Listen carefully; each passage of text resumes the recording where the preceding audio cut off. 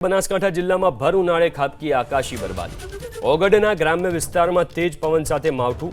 થરા, વડા, ભલગામ સહિતના વિસ્તારોમાં ભારે વરસાદ વરસ્યો છે। ઘઉં, બટાકા, એરંડા, તમાકુ સહિતના પાકમાં નુકસાન થવાનું નક્કી છે।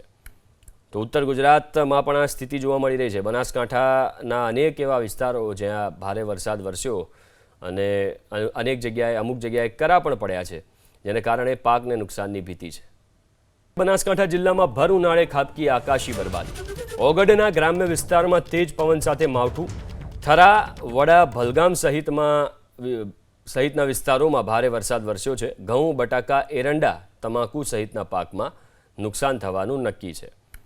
તો ઉત્તર ગુજરાતમાં પણ આ સ્થિતિ જોવા મળી રહી છે। બનાસકાંઠાના અનેક એવા વિસ્તારો જ્યાં ભારે વરસાદ વરસ્યો અને અમુક જગ્યાએ કરા પણ પડ્યા છે, જેને કારણે પાકને નુકસાનની ભીતિ છે।